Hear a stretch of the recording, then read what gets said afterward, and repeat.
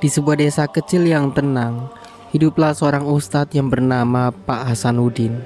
Sosoknya dikenal oleh seluruh warga sebagai pribadi yang penuh kebijaksanaan dan keteguhan iman. Meskipun usianya sudah lanjut, tubuhnya masih tegap dan sorot matanya memancarkan ketenangan yang membuat siapa saja merasa damai di dekatnya. Pak Hasanuddin telah mengabdikan hidupnya untuk membimbing masyarakat desa. Setiap sore menjelang maghrib, masjid kecil di tengah desa selalu dipenuhi oleh jamaah yang datang untuk mendengarkan ceramahnya. Suaranya lembut tetapi penuh wibawa, sehingga setiap kata yang diucapkannya seolah-olah langsung menyentuh hati para pendengar. Dalam setiap ceramahnya, Pak Hasanuddin selalu menekankan pentingnya kejujuran, mengingatkan bahwa rezeki yang halal akan membawa berkah. Ia sering bercerita, "Kita ini seperti petani yang menanam benih.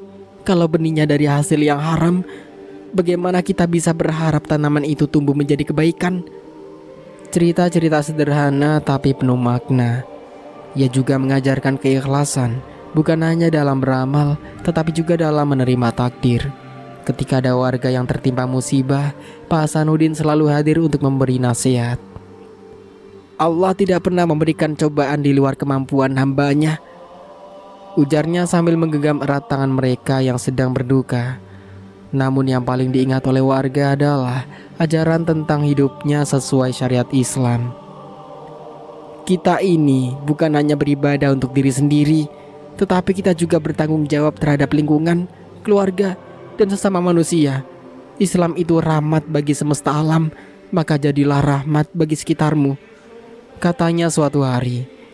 Keberadaan Pak Hasanuddin menjadi berkah bagi desa itu. Ia bukan hanya seorang ustadz, tetapi juga seorang sahabat, orang tua, dan pelindung bagi masyarakatnya. Meski ia tidak pernah mencari popularitas atau penghargaan, nama baiknya selalu terukir di hati setiap orang yang mengenalnya. Setiap kali azan berkumandang, Pak Hasanuddin selalu terlihat berjalan ke masjid dengan tongkat kayu sederhana di tangannya. Senyumnya selalu mengembang, seolah memberi pesan bahwa meskipun usia terus bertambah, ibadah dan pengabdian kepada Allah adalah bahagia yang sejati. Setelah bertahun-tahun menabung dari jerih payahnya, akhirnya impian Pak Hasanuddin telah lama tersimpan dalam hati terwujud. Ia mendapat panggilan suci untuk menunaikan ibadah haji ke tanah suci. Kabar ini menjadi kegembiraan yang tidak hanya dirasakan oleh dirinya dan keluarganya, tetapi juga oleh seluruh warga desa. Pak Hasanuddin adalah sosok yang sederhana. Selama ini ia menabung dari hasil kebun kecil dan honorarium mengajar agama. Dengan penuh kesabaran dan keikhlasan, ia menahan diri dari kemewahan, memilih menyisihkan setiap rupiah untuk cita-citanya menjadi tamu Allah di Baitullah. Ketika pengumuman keberangkatannya tiba, warga desa seolah ikut merayakan mimpi yang menjadi nyata.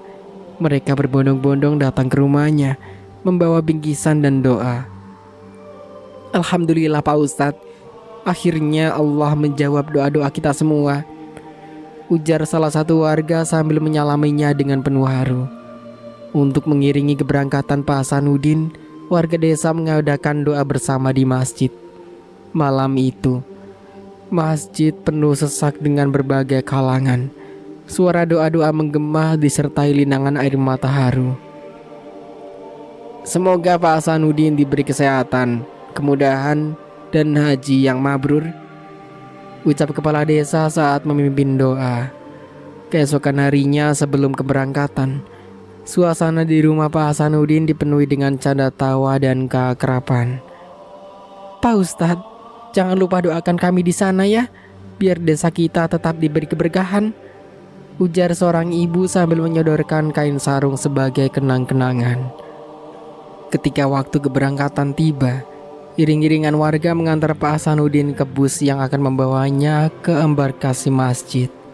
Di sepanjang jalan, warga melambai-lambaikan tangan sambil mengucapkan selamat. Tangis haru bercampur doa mengiringi langkah Pak Hasanuddin. Pak Hasanuddin tak mampu menahan rasa haru saat tiba di tanah suci bersama rombongan hajinya. Hatinya yang penuh harap dan kebahagiaan membuncah ketika ia melihat kemegahan kota Mekah untuk pertama kalinya. Saat rombongan mendekati Masjidil Haram, air matanya terus mengalir. meresapi setiap lantunan talbiyah yang menggema di sekitarnya. Ketika ia akhirnya berdiri di depan Masjidil Haram, pandangannya terpaku pada keindahan yang menakjubkan. Bangunan suci itu terlihat begitu agung, seperti menggambarkan kebesaran Allah yang tak terhingga. Pak Hasanuddin merasa kecil, tetapi sekaligus begitu dekat dengan Sang Pencipta. Dengan langkah perlahan, ia mengikuti rombongan yang memasuki masjid. Hatinya berdebar menanti momen pertama melihat Ka'bah.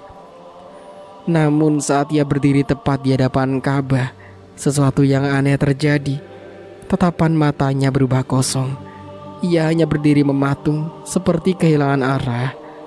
Wajahnya yang biasanya teduh kini terlihat bingung. Ketika jemaah lain mulai berdoa dan melantunkan zikir, Pak Hasanuddin justru berjalan ke sana kemari, seperti mencari sesuatu yang tak jelas. "Pak Hasanuddin, Bapak baik-baik saja?" tanya seorang anggota rombongan dengan nada khawatir. Namun ia hanya menjawab dengan gumaman yang tidak jelas. Tiba-tiba ia mulai meracau. "Aku harus ke sini, tidak ke sana. Tapi di mana tempatnya?" Rombongan hajinya semakin bingung melihat perubahan drastis ini. Pak Hasanuddin yang selama ini dikenal bijaksana dan tenang, kini tampak seperti orang yang kehilangan akal. Ia terus berjalan tanpa tujuan, bahkan hampir tersandung beberapa kali. Para jemaah yang lain mencoba menenangkannya, tetapi ia hanya menatap mereka dengan pandangan kosong. "Subhanallah, apa yang terjadi dengan Pak Hasanuddin?" bisik salah satu jemaah. Ketua rombongan segera meminta agar Pak Hasanuddin dibawa ke tempat yang lebih tenang untuk beristirahat. Mereka khawatir bahwa kelelahan selama perjalanan ditambah dengan lupaan emosi dan rasa haru telah membuatnya kehilangan kendali. Namun sebagian jemaah menduga ini adalah ujian dari Allah. "Mungkin ini cara Allah menguji keteguhan imannya," kata seorang jemaah. Malam itu Pak Hasanuddin akhirnya tertidur setelah diberikan ketenangan oleh para pembimbing haji. Ketika ia terbangun, pandangannya mulai jernih kembali. Ia menangis terseduh-seduh, memohon ampun kepada Allah. "Ya Allah, apa ini teguranmu? Karena aku terlalu sombong dengan kebijaksanaanku," katanya dengan suara bergetar. Pak Hasanuddin, ustadz sosok yang dihormati karena kebijaksanaannya, akhirnya tiba di tanah suci, memenuhi panggilan yang telah lama ia impikan. Namun momen yang seharusnya menjadi puncak kebahagiaan itu berubah menjadi ujian yang tak terduga. Ketika ia berdiri di depan Ka'bah untuk pertama kalinya, tubuhnya terasa gemetar. Pandangannya terpaku pada bangunan suci itu, tetapi matanya terlihat kosong. Perlahan ia mulai berjalan tanpa arah, seperti kehilangan tujuan. "Subhanallah, ini luar biasa. Tapi di mana aku?" gumamnya dengan suara pelan hampir tak terdengar. Anggota rombongan haji yang lain mulai memperhatikan tingkah laku Pak Hasanuddin yang aneh. "Pak Hasanuddin, ayo kita mulai tawaf," ujar salah satu jemaah. Namun ia tidak merespon. Sebaliknya ia justru berbicara sendiri, seolah-olah ada seseorang yang sedang diajaknya berdialog. "Jangan ganggu aku harus mencari sesuatu. Tapi apa itu?" katanya sambil melangkah tak tentu arah. Ketua rombongan mencoba mengarahkan dan menenangkan Pak Hasanuddin, tetapi ia hanya menatap mereka dengan pandangan kosong. Kadang ia berhenti tiba-tiba, menatap ke langit lalu tersenyum tanpa alasan. Bahkan saat rombongan melanjutkan tawaf, Pak Hasanuddin tetap berjalan menjauh, melupakan rukun haji yang seharusnya ia lakukan. Perilaku ini segera menjadi perhatian jemaah lain di Masjidil Haram. Sosok Pak Hasanuddin yang biasanya penuh ketenangan dan kebijaksanaan kini berubah menjadi seperti orang yang hilang akal. Banyak yang merasa prihatin, tetapi juga bingung apa yang sebenarnya terjadi pada beliau. "Subhanallah, ini ujian yang berat. Mungkin kelelahan fisik dan emosional membuat beliau seperti ini," bisik seorang jemaah. Namun ada juga yang menduga bahwa ini adalah gangguan gaib. Tanah suci ini penuh berkah. tetapi juga menjadi tempat ujian bagi siapa saja. Ujar yang lain dengan nada prihatin. Pak Hasanuddin bahkan mulai melakukan hal-hal yang semakin tak wajar. Ia berbicara sendiri dengan nada marah, lalu tertawa kecil tanpa alasan. Saat diajak duduk oleh ketua rombongan, ia malah menjawab, "Tidak, aku harus menemui mereka dulu." Kejadian ini segera menyebar di kalangan jemaah haji. Banyak yang mendoakan agar Pak Hasanuddin segera sadar dan mampu melanjutkan ibadahnya. Malam itu, rombongan haji mengadakan doa besar di penginapan. Mereka memohon kepada Allah agar memberikan kesembuhan dan ketenangan bagi Pak Hasanuddin. Hari-hari berikutnya, tingkah laku Pak Hasanuddin tetap menjadi teka-teki. Namun rombongannya tetap setia mendampingi dan terus berdoa untuknya. Tingkah laku Pak Hasanuddin yang tiba-tiba berubah drastis di Tanah Suci membuat rombongan hajinya diliputi kebingungan dan kekhawatiran. Pimpinan rombongan, Ustadz Karim, merasa bertanggung jawab atas kondisi beliau. Setelah berhari-hari melihat Pak Hasanuddin berbicara sendiri dan melupakan rukun-rukun haji, Ustadz Karim memutuskan untuk mencari solusi. "Kita harus memastikan dulu, apakah ini masalah kesehatan?"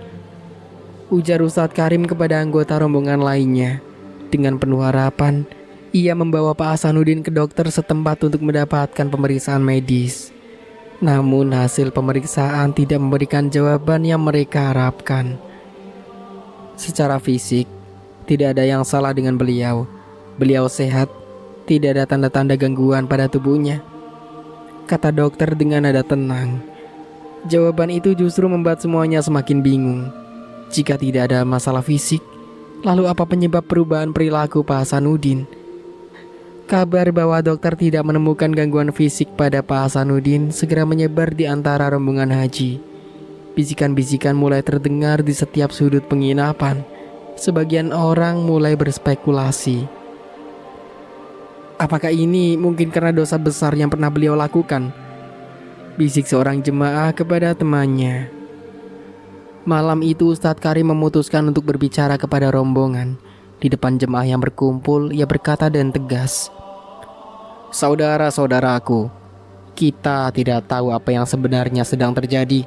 Janganlah kita berspekulasi atau menyebarkan prasangka buruk. Yang seharusnya kita lakukan adalah terus mendoakan beliau. Hanya Allah yang tahu rahasia di balik kejadian ini." Ucapan Ustadz Karim membuat suasana hening.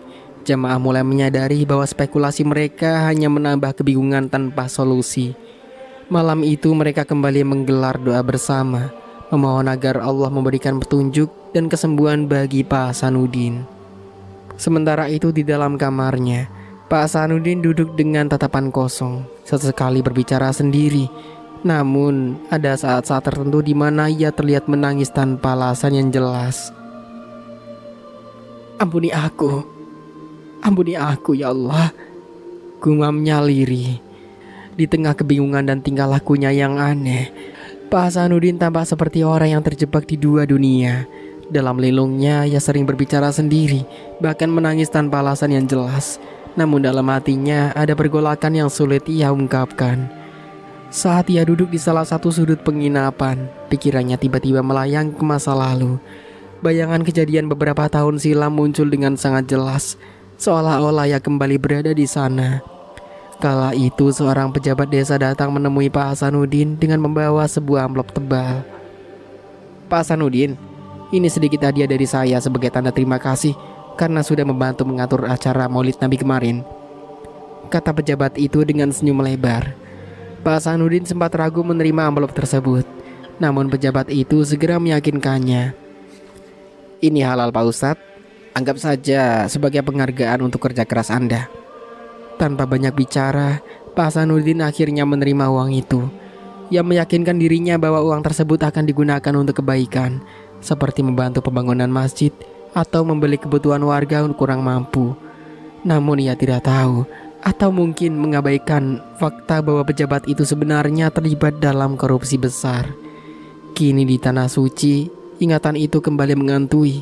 Dalam keadaannya yang linglung, ia merasa ada suara yang terus memanggilnya, mengingatkan kesalahan yang pernah ia lakukan. Dalam kekalutannya, ia mulai menangis, menutupi wajahnya dengan kedua tangan. Ya Allah, ampunilah aku. Aku hilaf ya Allah, katanya sambil terisak. Jemaah yang menyaksikan ini hanya bisa terdiam. Mereka tidak mengerti apa yang sebenarnya dialami Pak Hasanuddin, tetapi mereka tahu ada beban berat yang sedang ia pikul. Malam itu di bawah langit tanah suci yang penuh kedamaian, rombongan haji Pak Hasanuddin berkumpul di halaman penginapan. Saya pernah melakukan kesalahan besar. Saya menerima uang yang saya curigai berasal dari sumber yang tidak halal. Pengakuan itu membuat rombongan terkejut. Mereka saling pandang, tak menyangka mendengar hal seperti itu dari sosok yang selama ini dihormati sebagai ustadz yang bijaksana. Namun di balik keterkejutan itu, mereka juga merasa hibah. Dengan suara tenang, Ustadz Karim mengajak Pak Hasanuddin untuk melakukan taubat nasuha. Mari kita bertaubat bersama. Anggaplah ini sebagai panggilan dari Allah agar Bapak membersihkan hati dan kembali kepadanya dengan ikhlas. Pak Hasanuddin meskipun masih dalam kondisi linglung mengangguk pelan. Ya Allah, kami memohon ampunan-Mu. Ampunilah dosa-dosa kami, dosa-dosa yang kami sadari maupun yang tidak kami sadari. Terimalah taubat hamba-Mu ini yang telah menyesali kesalahannya, ya Allah. Pak Hasanuddin mengangkat kedua tangannya. Dengan isak tangis yang tak tertahankan, ia memohon, Ya Allah, aku khilaf. Ampuni aku ya Allah. Aku tidak pantas berada di sini, tetapi aku memohon belas kasih-Mu. Tangisan Pak Hasanuddin menggema di hati para jemaah. Mereka semua ikut berdoa, memohon agar Allah memberikan ketenangan dan petunjuk kepada beliau. Kejadian malam itu menjadi pelajaran besar bagi semua anggota rombongan. Mereka menyadari bahwa tanah suci bukan hanya tempat untuk melaksanakan ibadah, tetapi juga tempat di mana Allah membuka segala rahasia dan menguji keimanan hambanya. Setelah beberapa minggu di tanah suci, Pak Hasanuddin akhirnya kembali ke desa dengan kondisi yang masih tidak menentu. Ketika rombongan tiba di desa, para warga berkumpul untuk menyambut beliau. Namun suasana yang biasanya penuh sukacita kini terasa berbeda. Mereka heran dan sedih melihat Pak Hasanuddin yang dulunya dikenal sebagai sosok bijaksana dan penuh semangat, kini tampak linglung dan penuh kegelisahan. Warga desa yang selama ini menghormati Pak Hasanuddin merasa khawatir melihat perubahan pada dirinya. Mereka berharap akan melihat Pak Hasanuddin kembali seperti sedia kala. Namun kenyataannya jauh berbeda. Dengan langkah yang pelan, Pak Hasanuddin mendekati kumpulan warga yang sedang menunggunya. Dengan suara yang gemetar, Pak Hasanuddin mulai berbicara. Saudara-saudara sekalian, saya ingin meminta maaf atas segala kekhilafan dan kesalahan yang telah saya lakukan, baik yang saya sadari maupun yang saya tidak sadari